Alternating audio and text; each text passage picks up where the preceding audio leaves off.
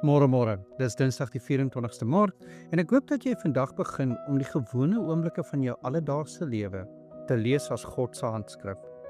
Ons lees vandag uit Genesis 29 vanaf vers 1 tot 14 en die titel van ons dagstuk is Die klip by die put. Dink 'n oomblik aan 'n tyd toe jy 'n plan gehad het. Jy het geweet waarheen jy op pad was, maar die pad daarheen was baie onseker. Jakob het so 'n tyd geken. Sy ma Rebekka het hom gestuur. Sy pa Isak het hom geseën. Hy het 'n bestemming gehad, Haran, die huis van Laban. Maar Esau wou hom doodmaak. Die pad was lank en die toekoms was onseker. Tog het God by Bethel aan hom verskyn en gesê: "Ek is by jou en sal jou bewaar." In Genesis 29 is die bewys dat God sy woord hou.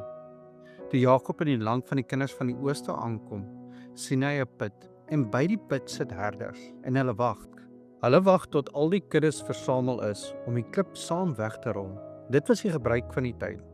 Maar dan kom Rachel, die dogter van Laban, die dogter van sy moeder se broer, en Jakob sien haar. En Jakob stap nader en Jakob rol die klip alleen weg. Vers 11 sê hy het geween. Die teks sê nie waarom nie. Miskien was jy al daar, op 'n plek waar woorde ophou en trane begin. Maar ek wil hê jy moet iets raak sien. Jakob het nie toevallig by die put aangekom nie. Die herders was nie toevallig daar nie. Rachel het nie toevallig op die dag water gaan haal nie. God het die pad, die put, die meisie en die oomblik van vooraf gerangskik. In Spreuke 16 vers 9 staan vir ons geskrywe: "Die hart van 'n mens beplan sy weg, maar die Here rig sy tree."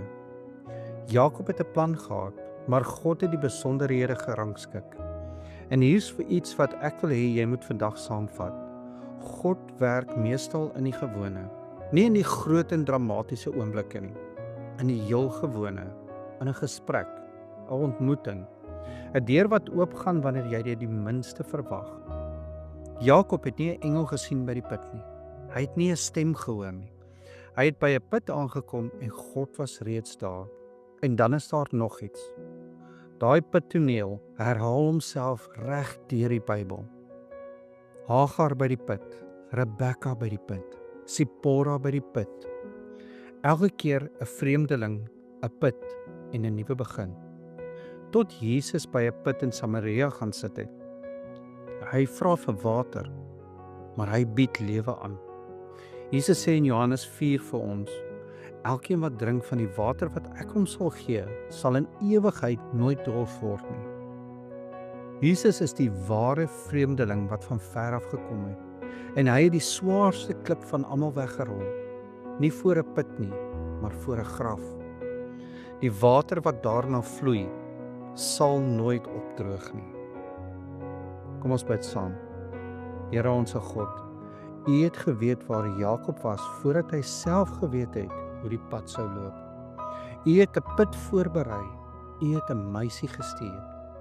U het 'n klip laat rol. Dankie Here dat U ook weet waar ons vandag is. As ons voel dat die pad onseker is, help ons om te onthou dat U reeds daar is waar ons sal aankom. Here, leer ons om die gewone oomblikke van ons dag te lees as U handskrif. En leer ons om te vertrou dat U in beheer is, selfs wanneer ons niks sien nie. Ons bid dit in die naam van Jesus, deur die kragtige werking van die Heilige Gees. Amen. En onthou vandag, jy is dalk die Bybel wat iemand vandag moet ontmoet. Hou vandag jou oë oop vir die gewone oomblikke. God is reeds daar waar jy sal aankom. Ek hoop jy het 'n geseënde Dinsdag.